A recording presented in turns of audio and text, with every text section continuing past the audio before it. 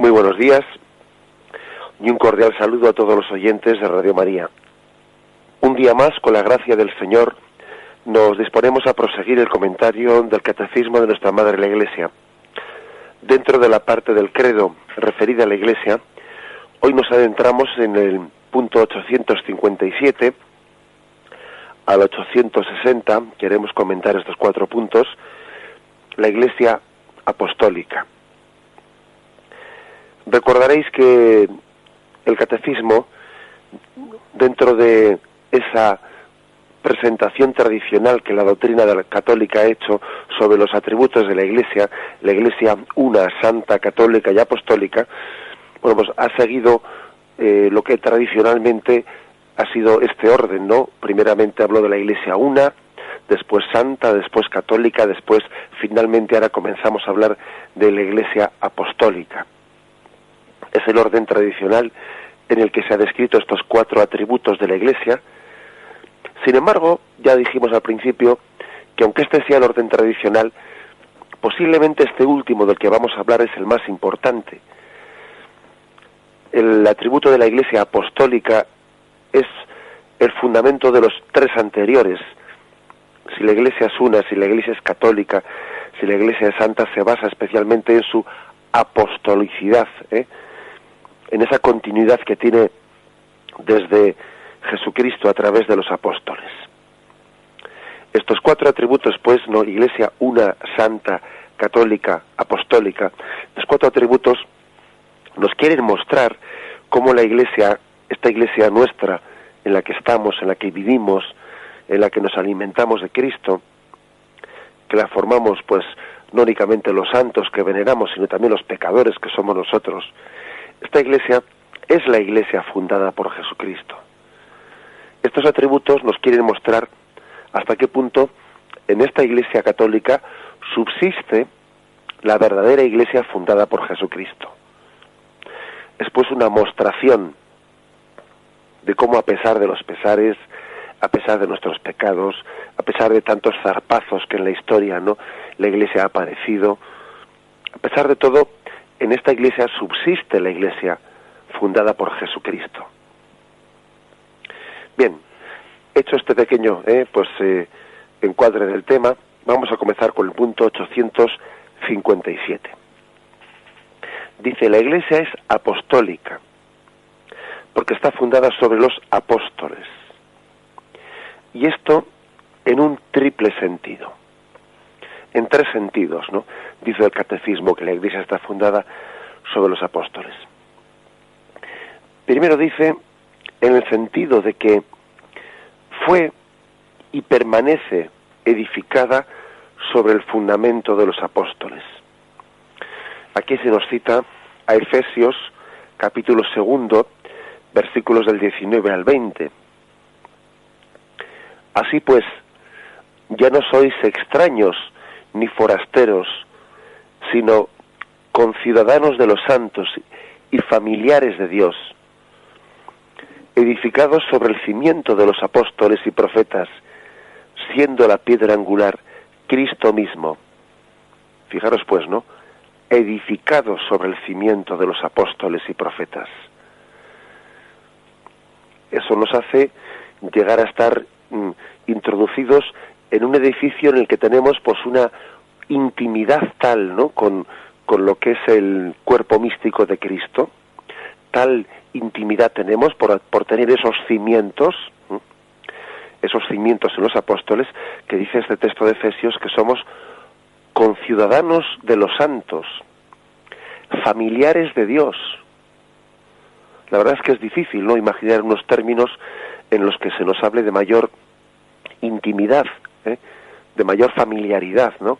Somos conciudadanos de los santos, familiares de Dios, y todo eso porque los cimientos de esta Iglesia están en los apóstoles. La Iglesia, pues, fue edificada en el cimiento de los apóstoles y permanece edificada en el cimiento de los apóstoles. Da un paso más y dice que esos apóstoles fueron testigos escogidos y enviados en misión por el mismo Cristo. Testigos escogidos y enviados en misión por el mismo Cristo. Y una serie de textos que vamos a leer se nos ofrecen aquí en el Catecismo. Mateo 28, 16, 20 dice: por su parte, los 11 discípulos marcharon a Galilea, al monte que Jesús les había indicado, y al verle le adoraron. Algunos, sin embargo, dudaron. Jesús se acercó a ellos y les habló así: me ha sido dado todo poder en el cielo y en la tierra. Id pues, y haced discípulos a todas las gentes, bautizándolas en el nombre del Padre, del Hijo y del Espíritu Santo, y enseñándoles a guardar todo lo que yo os he mandado. Y he aquí que yo estoy con vosotros todos los días hasta el fin del mundo. De este texto yo creo que deberíamos de insistir especialmente cómo Jesús, antes de enviarles, reafirma: me ha sido dado todo poder en el cielo y en la tierra. Con ese poder de Cristo, ¿no?, que Él les está recordando. Fijaros, os voy a dar una misión, os voy a enviar.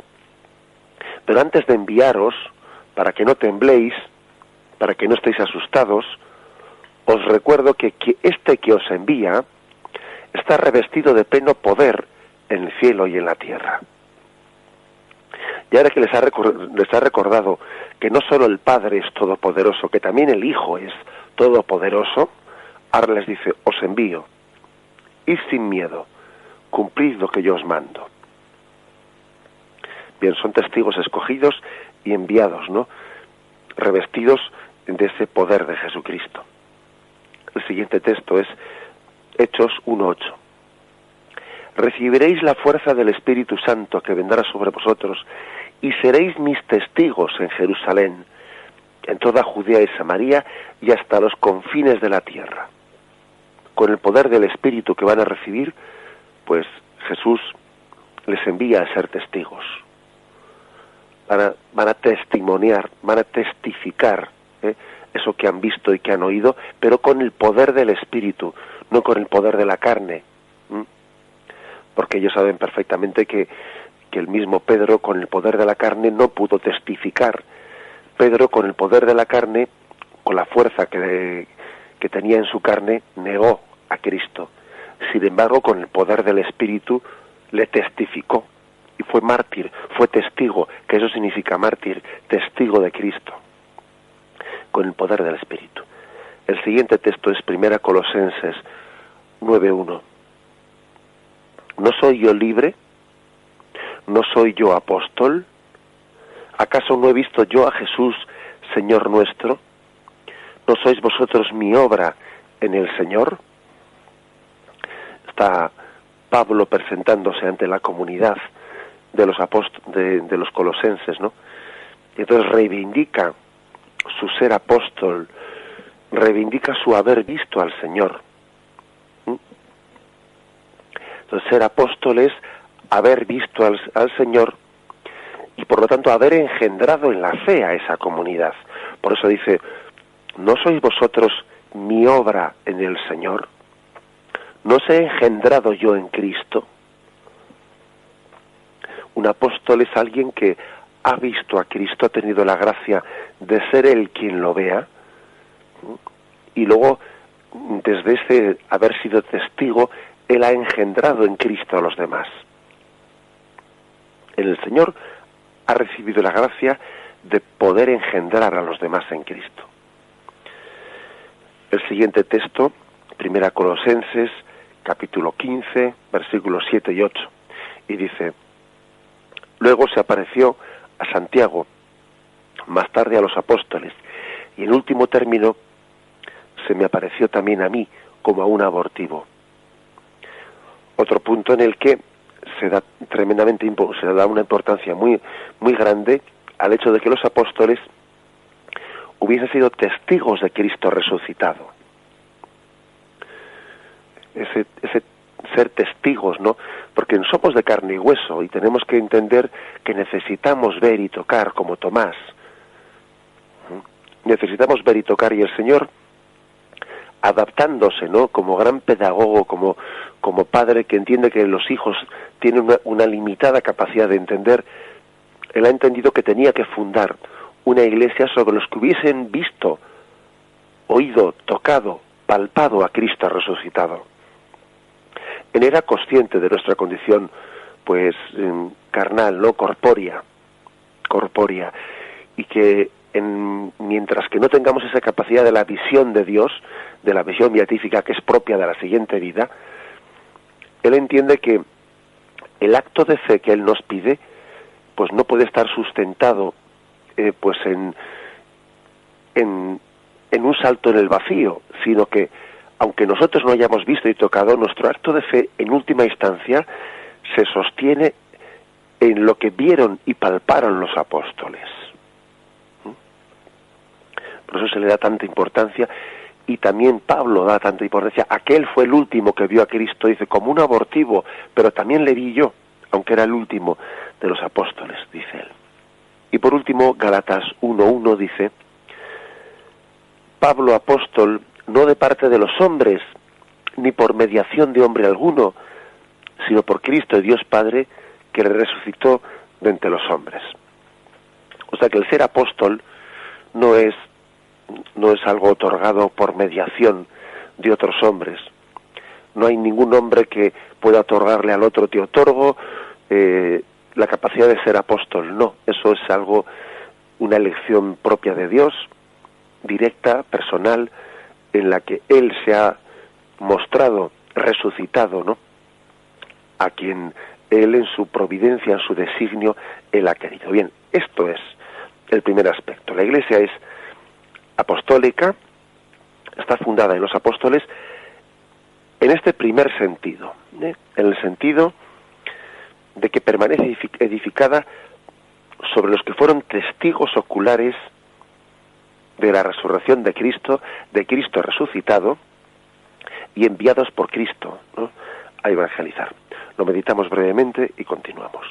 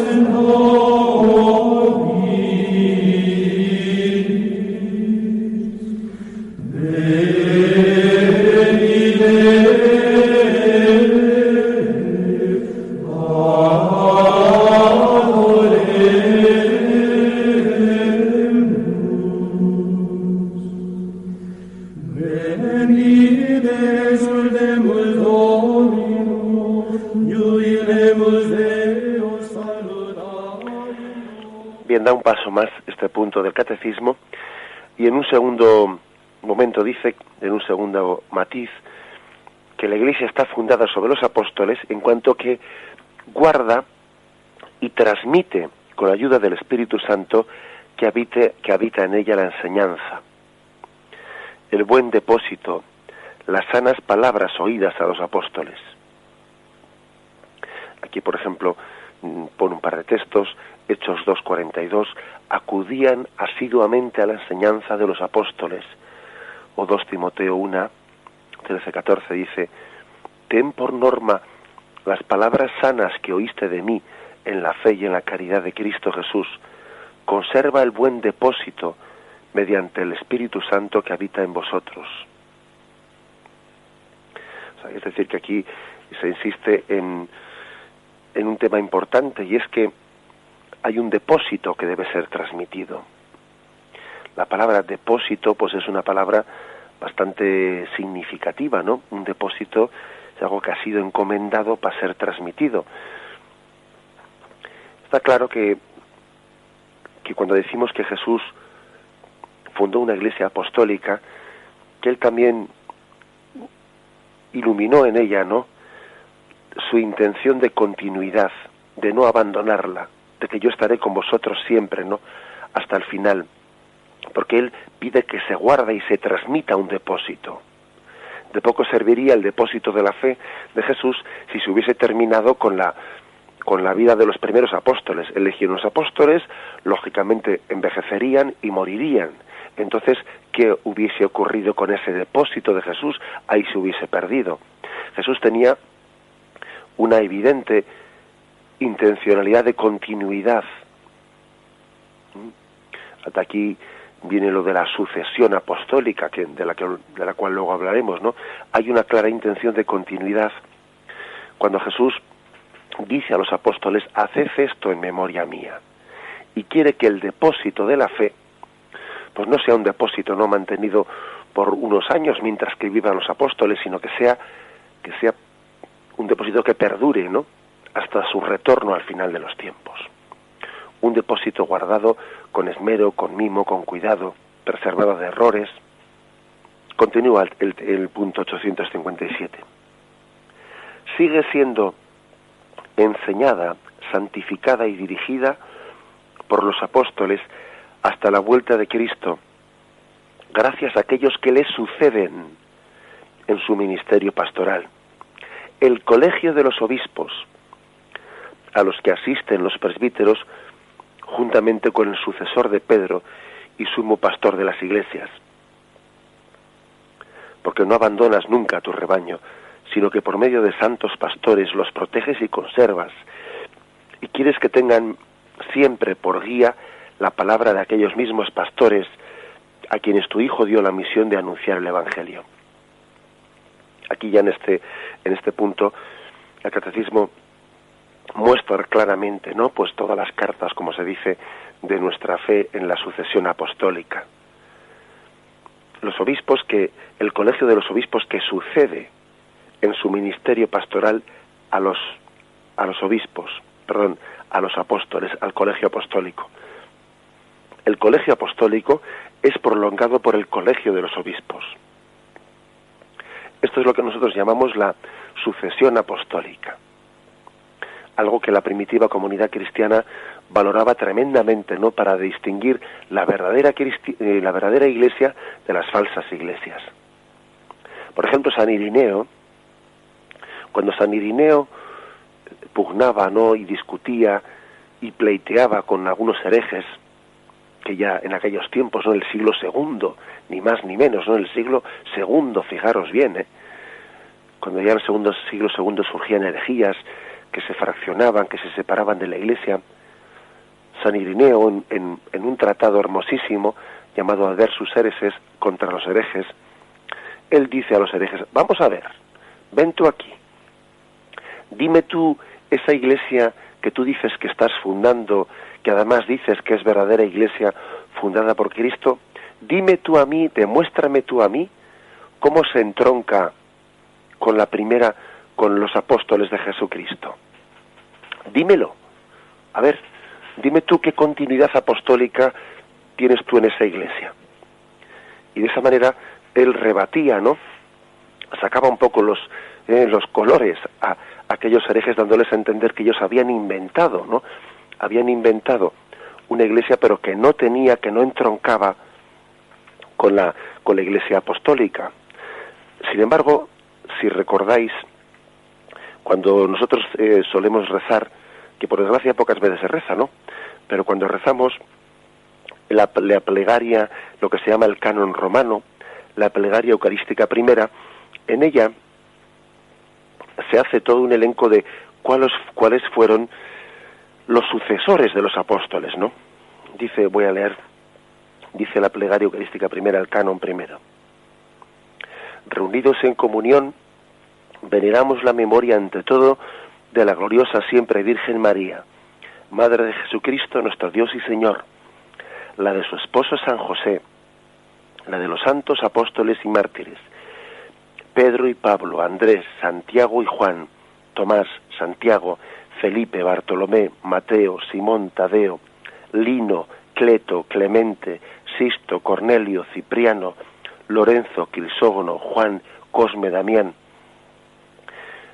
La primitiva iglesia, al rezar el canon, mentaba, ¿no?, toda esa sucesión apostólica, porque era consciente de que esos eran los sucesores de los apóstoles y que su Iglesia entroncaba con Cristo a través de esa sucesión apostólica. Y entonces Irineo pleitea, discute, polemiza con esas iglesias herejes diciéndoles, pero tú ¿cómo pretendes ser la verdadera Iglesia de Cristo si tú no mantienes dentro de ti esa sucesión apostólica?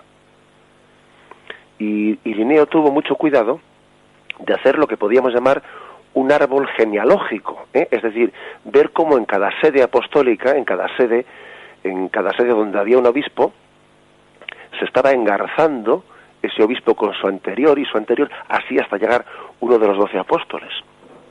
Por ejemplo, cualquiera de los oyentes de este programa, pues probablemente, ¿no?, si ha recibido la gracia del bautismo, que me imagino que será la mayoría, cualquiera de los oyentes de este programa ha sido bautizado por un sacerdote, el cual sacerdote ha sido ordenado, le han impuesto las manos por parte de un obispo, al cual obispo se le han impuesto las manos por parte de otro obispo. 3 obispos, suelen ser 3 obispos mínimamente los que ordenan a otro obispo.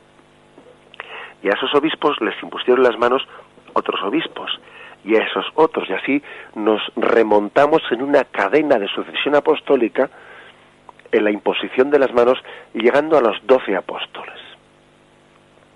A esto se le llama la sucesión apostólica, que es algo básico, que es algo clave, ¿no?, en la transmisión de la fe desde Jesucristo. Nosotros no inventamos la Iglesia, la transmitimos. Dice San Pablo, reaviva la gracia que recibiste por la imposición de las manos en ti. Es decir, no comienza contigo, por la imposición de las manos recibiste la gracia. Ahora tú reavívala y transmítela. Después este aspecto, un aspecto fundamental, ¿no?, el de la sucesión apostólica, un aspecto clave, fundamental.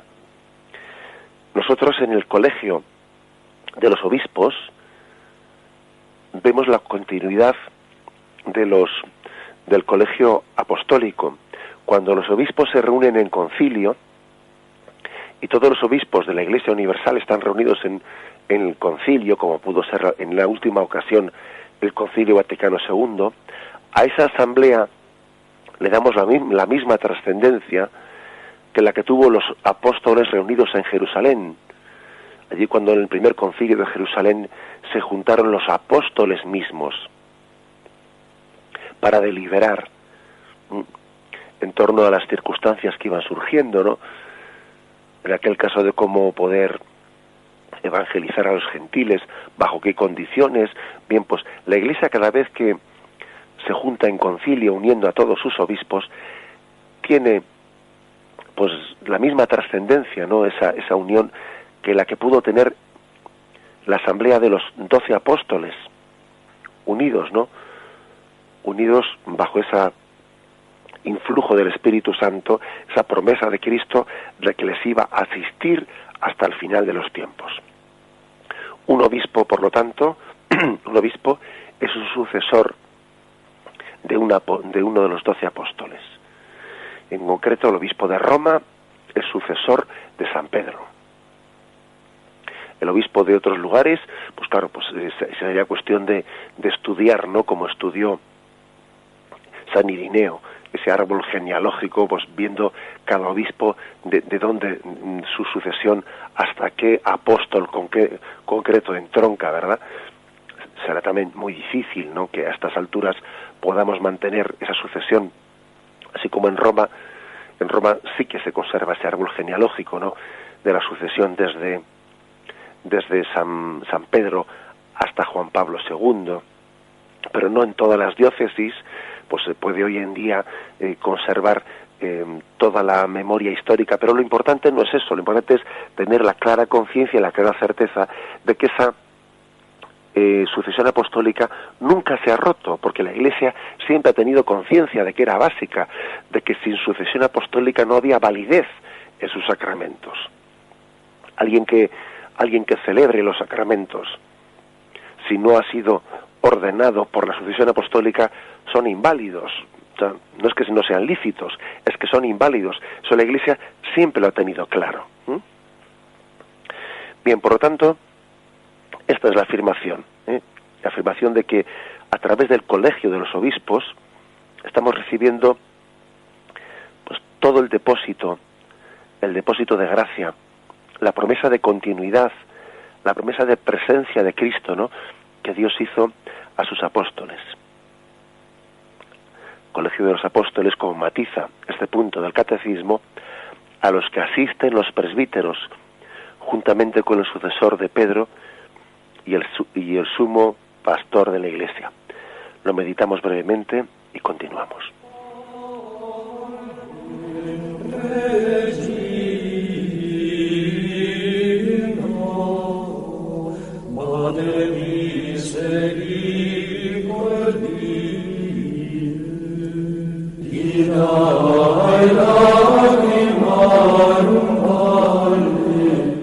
Pasamos al punto 558. Jesús es el enviado del Padre. Desde el comienzo de su ministerio, llamó a los que él quiso, y vinieron donde él.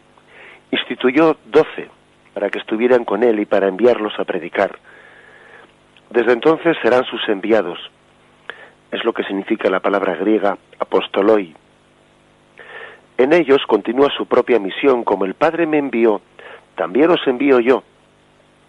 Por tanto, su ministerio es la continuación de la misión de Cristo. Quien a vosotros recibe, a mí me recibe, dice a los apóstoles. Bien, es hermoso el texto Marcos 3, 13, 14, que aquí cita, ¿no?, el punto del catecismo. Llamó a los que él quiso y vinieron donde él. Instituyó 12 para que estuvieran con él y para enviarlos a predicar. Fijaros en este detalle, ¿no?, que dice instituyó 12. Podía haber dicho eligió 12, ¿no? Pero es que dice instituyó. Y la palabra instituyó, pues, dice mucho más que la palabra eligió. Porque si hubiese elegido 12, dice, bueno, pues ha elegido 12 como podía haber elegido 7 o 14 o 11 o 13, pero la palabra instituyó, estaba con ello, conlleva un matiz, ¿no? El matiz un poco de que no se refiere únicamente a las personas concretas, sino se refiere a la institución que ellas forman entre ellas, a la colegialidad, al colegio apostólico. La palabra instituyó hace referencia a una institucionalidad que va a tener una prolongación. No es difícil ver ese matiz, ¿no?, en esa frase de instituyó a los 12. Y les instituyó, pues con ese deseo de, aparte que es evidente, ¿no?, que hablar de institución de los 12, pues tiene toda una connotación de la prolongación de las 12 tribus de Israel del Antiguo Testamento. Israel estaba constituido en 12 tribus. La nueva iglesia está constituida en 12 apóstoles, ¿no? Es una institución. Y dice que los eligió para que estuvieran con él y luego para enviarlos a predicar. Primero para que estuvieran con él y luego para enviarlos a predicar. Lo cual también remarca más que Jesús creó una escuela apostólica. Una escuela apostólica. Él instituye el colegio apostólico y él crea una escuela apostólica. Como dice este punto del catecismo, apóstol, apostoloi, que es en griego, significa enviado. Significa enviado, y ese es un matiz pues también muy propio de la Sagrada Escritura, porque el Señor ha querido prolongar su acción entre nosotros. Es muy propio del estilo del Señor el haber querido hacer las cosas sirviéndose de mediaciones. El Señor, a veces sí, ¿no? Él es libérrimo y no somos nosotros quienes para decirle al Señor cómo tiene que hacer las cosas. El Señor puede actuar pues de primera, directamente, no sin intermediación, como cuando creó el mundo al principio, ¿no? Pero luego uno observa la Sagrada Escritura, observa cuáles son las formas en las que Dios ha querido llevar adelante su obra de salvación. El Señor ha querido prolongar su acción siempre a través de mediaciones. Dios creó el mundo y lo hizo él directamente, sí, pero luego lo rige y el mundo va desarrollándose, va evolucionando a través de causas segundas. Y a través de causas segundas el mundo es regido por esa causa primera que es Dios. Y a través de mediaciones humanas la Iglesia va transmitiendo la gracia de ese único y en este momento invisible y ascendido a los cielos que es Jesucristo. Desde unas mediaciones humanas el Señor prolonga, desde ese trono celestial donde está sentado a la derecha del Padre en el cielo, el Señor prolonga por una mediación humana pues su influjo de gracia. Lo que fue la procesión dentro de la Trinidad, ¿no? Que el Hijo procede del Padre, lo que es la misión que el Padre envió a su Hijo al mundo, pues ahora también el Hijo envía a los apóstoles. Los apóstoles son enviados, ¿no? Y todo es una continuación, una prolongación de la acción de Dios.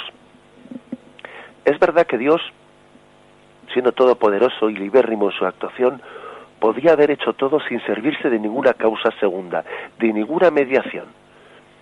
Podía haber llevado adelante su obra de salvación pues de esa forma directa, pero es que Él ha querido implicar a la creación, implicarnos a cada uno de nosotros, implicar a los hombres en su obra de salvación. Y es mucho más maravillosa esta forma de hacer las cosas. ¿Qué es más? ¿Hacer o hacer? ¿Qué es más? ¿Hacer una cosa o potenciar para que unas criaturas, por la gracia de Dios, sean capaces de hacer eso? Sin duda alguna es un mayor signo de la gracia todopoderosa de Dios el hacer que solamente el hacer. Poniendo el ejemplo que siempre recurrimos a él, ¿no? Que es el ejemplo, pues bueno, la metáfora que tenemos paterno-filial. ¿Cómo hace más grande un padre a un hijo? ¿Haciéndole las cosas o enseñándole a hacerlas? ¿O haciéndole hacerlas? Así pues, Dios también, siguiendo este principio de pedagogía divina, ¿no?, ha querido que los apóstoles sean enviados, prolongación de la acción de Dios entre nosotros. Con mucha frecuencia en la mentalidad secularizada se tiene cierta aversión, cierta alergia, por suspicacia a todo lo que sean mediaciones. Es la Iglesia mediadora, sí. Parece como que siempre que aparece la palabra mediación surge la suspicacia, la desconfianza. Bueno, pues el Señor, sin embargo, ha suscitado mediaciones para dar su gracia como un signo mayor todavía de implicar al hombre y hacerle colaborador, no anular al hombre, no anularlo, no infantilizarlo, ¿no?, sino hacerle adulto en esa colaboración, en esa prolongación de la gracia. Y la segunda parte de este punto del catecismo dice algo que también es conmovedor, ¿no? Después de haber dicho, como el Padre me envió, así también os envío yo. O sea, ¿hasta qué punto es prolongación del envío de Cristo? Si Cristo es el enviado del Padre, los apóstoles son los enviados de Jesucristo.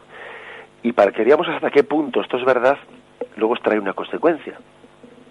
Por tanto, su ministerio es la continuación de la misión de Cristo. Quien a vosotros recibe, a mí me recibe. Lo cual es verdaderamente es impresionante, porque, claro, dice uno, fijaros hasta qué punto el Señor pone en nuestras manos, ¿no? O sea, nos toma en serio, pues, como enviados de Jesús, que quien nos recibe a nosotros recibe a Cristo. Quien recibe un apóstol está recibiendo a Cristo, y quien rechaza a un apóstol está rechazando a Jesucristo. Acordaros, por ejemplo, de Mateo 10:14. Y si no se os recibe ni se os escucha, salid de la casa o de la ciudad, sacudiendo el polvo de vuestros pies, yo os aseguro que el día del juicio habrá menos rigor para Sodoma y Gomorra que para aquella ciudad. Ojo a este texto, ¿no? En el que Jesús hasta tal punto se siente implicado en ese envío que ha hecho de los apóstoles, que dice, y quien te rechace a ti, se las va a ver conmigo, ¿eh? Tú sacúdete el polvo de los pies, que ese responderá de ese rechazo ante mí. La verdad es que mayor identificación no se puede tener, ¿no? Dice Lucas 10:16, quien a vosotros os escucha, a mí me escucha. Quien a vosotros os rechaza, a mí me rechaza. Quien a mí me rechaza, rechaza al que me ha enviado. Lucas 10:16. Marcos 10:40. Quien a vosotros recibe, a mí me recibe. Y quien me recibe a mí, recibe a aquel que me ha enviado. Bien, todo ello lo que remarca, ¿no? Hasta la saciedad remarca, pues, hasta qué punto los apóstoles son enviados, son prolongación de Jesucristo. Hasta el punto de que es Cristo mismo, ¿no?, el que está siendo recibido o rechazado. Acordaros de aquel pasaje en el que aquel Pablo de Tarso, Saulo, que perseguía a los apóstoles, se encontró con la sorpresa cuando fue derribado, ¿no?, camino de Damasco, que una voz le decía, Saulo, Saulo, ¿por qué me persigues? Porque tú te crees que estás persiguiendo a los cristianos, pero es a mí a quien me estás persiguiendo.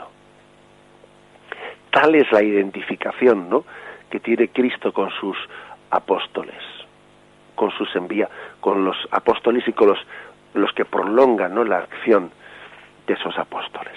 Bien, vamos a meditarlo y continuamos brevemente.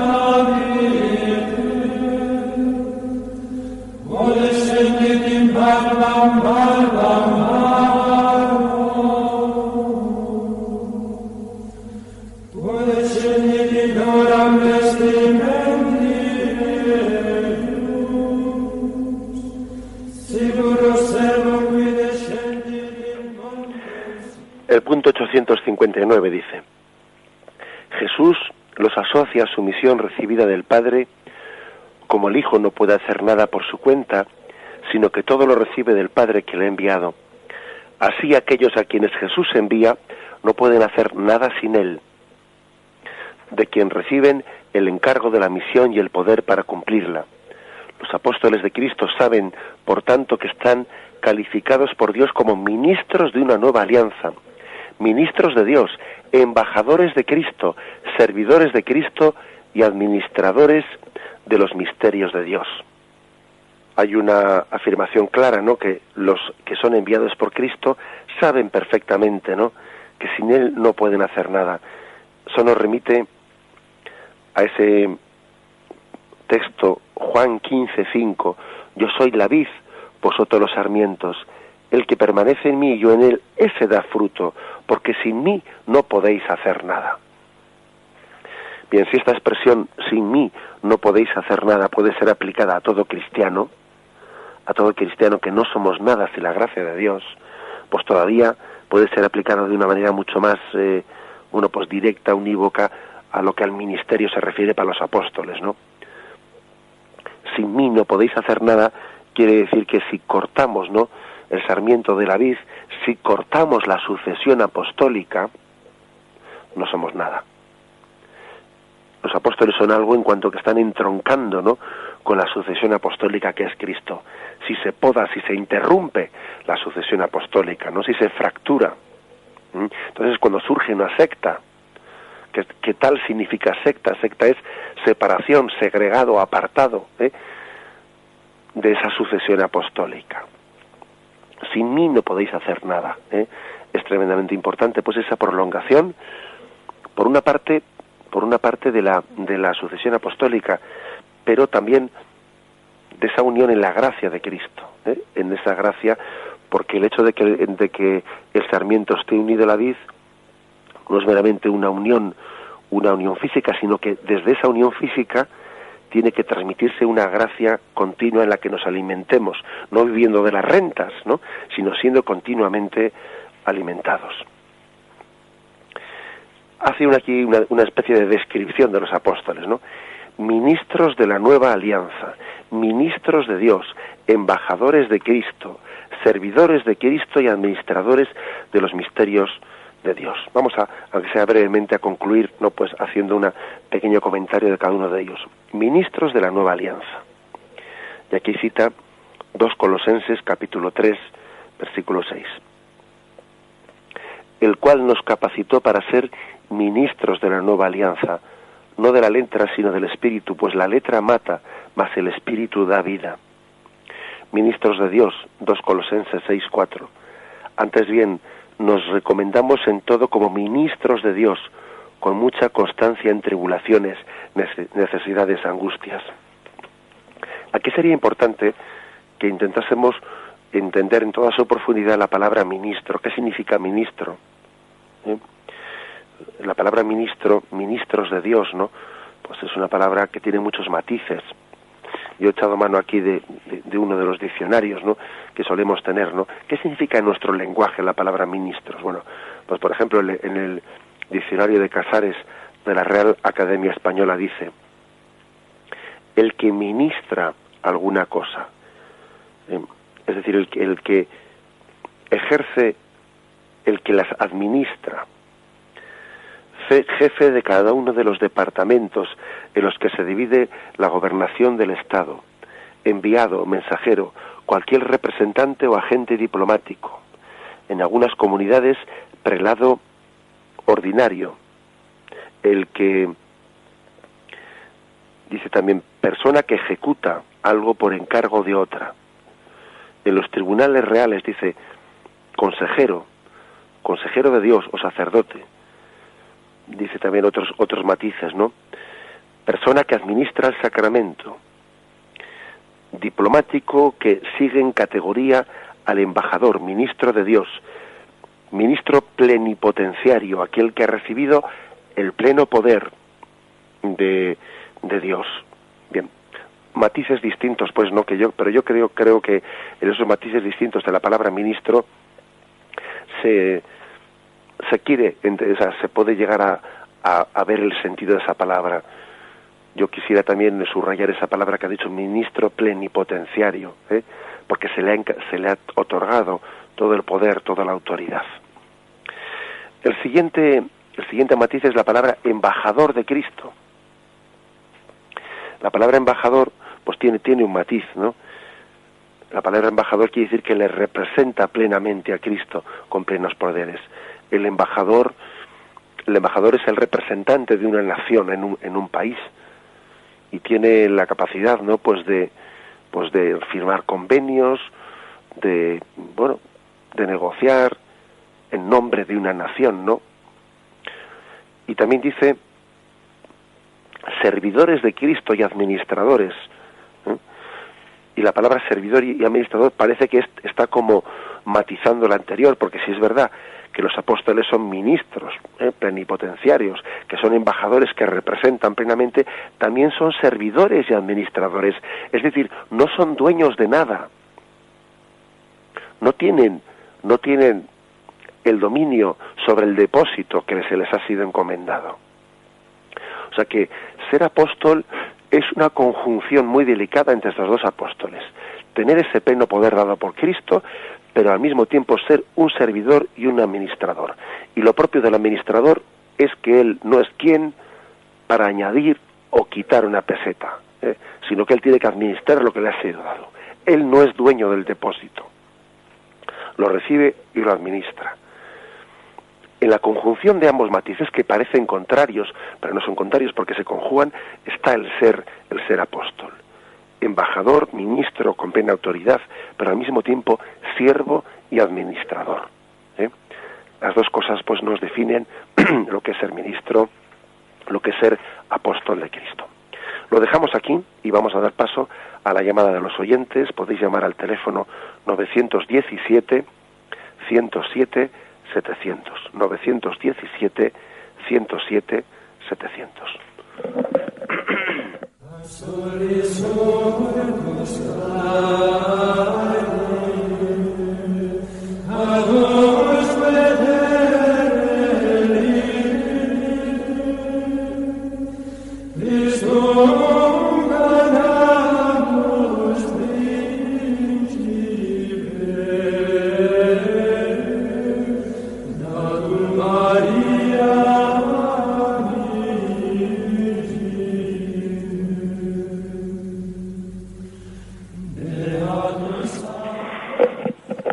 Buenos días, ¿con quién hablamos?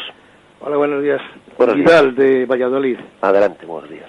Bueno, buenos días, padre. Primeramente, muchas gracias por esa labor evangelizadora tan estupenda, tan cercana, que nos regala cada mañana. Bueno, pues yo deseo hacer una aportación a lo que dijo sobre la misión apostólica de familias del camino neocatecumenal que son enviadas por la Iglesia Católica a los sitios más lejanos. Quiero dar testimonio de una familia de una comunidad de Valladolid que lleva en Japón cerca de 4 años. Fue enviada por el Papa, Juan Pablo II, junto con otras 100 familias que fueron a distintos países. Estos hermanos marcharon a Japón sin conocer el idioma japonés, dejando atrás familia, amigos, trabajo, casa, pero con la certeza de que Dios les precedía. Eso sí, se llevaron con ellos a sus 8 hijos, que ahora ya son 11, para ser testigos en una sociedad pagana como Japón de cómo vive una familia cristiana. Justamente han querido hacer realidad lo que usted ya ha proclamado, nos apremia el amor de Cristo. Necesito decir que cuando nos llega a la comunidad un email de ellos, es un mensaje lleno de paz, de vida. Sobre todo nos emociona saber que hay japoneses que acuden a la pequeña iglesia en donde hay un párroco colombiano, primero por curiosidad o por salir de su soledad, luego quieren oír hablar de Jesucristo y acaban queriendo conocerle. Y así ya son 40 cristianos. Es importante decir que hemos podido comprobar cómo nos une la fuerza de la oración, ayudándonos mutuamente y viendo que la Iglesia de Jesucristo desde Valladolid se hace presente en Japón. En fin, son realmente embajadores de Cristo. Puede llamarse a esto apostolado o ecumenismo entre culturas distintas. Además, cunde el ejemplo. Hace unos días otra familia de otra comunidad, con 4 hijos, era enviada por el señor arzobispo de Valladolid a Santo Domingo, en la antigua isla española, justo donde empezó España a evangelizar América. Es curioso. Eso nos anima a pensar que la Iglesia Católica de España sigue siendo misionera en el mundo, a pesar de las dificultades que sufrimos aquí. Y es que a tiempo y destiempo nos apremia el amor de Cristo. Muchas gracias, Padre. Muchas gracias a usted. El Señor ciertamente nos apremia el amor de Cristo, y este testimonio tan hermoso que ha dado este oyente me va a permitir que yo lo complemente, aunque yo no conozca las comunidades neocatecumenales pues muy de cerca, ¿no? Pero tengo algunos conocidos, y me contaba una familia que estaba, ni más ni menos, ¿no? Pues que estaba en Norteamérica, y cuyos padres pues no conocían para nada el inglés, ¿no? Al principio, y entonces para ir a evangelizar iban por algunas casas e iban con sus hijos pequeños que sabían el inglés, haciéndolos de traductores. Tocaban una puerta y el niño iba traduciendo lo que decía el padre, y debieron de tocar en una casa de una familia judía, de unos padres mayores judíos, ¿no? Y viendo cómo el niño hacía de traductor, etcétera, finalmente aquel padre judío emocionado dijo: ustedes tienen estos hijos, han cargado con estos hijos hasta aquí, no, con todo lo que supone de inseguridad, de dejar el lugar en el que ustedes se sentían seguros. Han venido aquí y sus hijos son para ustedes como sus labios, ¿no? Sus traductores, ¿no? Y yo, sin embargo, decía aquel hombre, pues he sido incapaz de transmitir mi fe judía a mis hijos, ¿no? Pues que no he sido capaz de transmitir si la hayan caído en el paganismo, ¿no?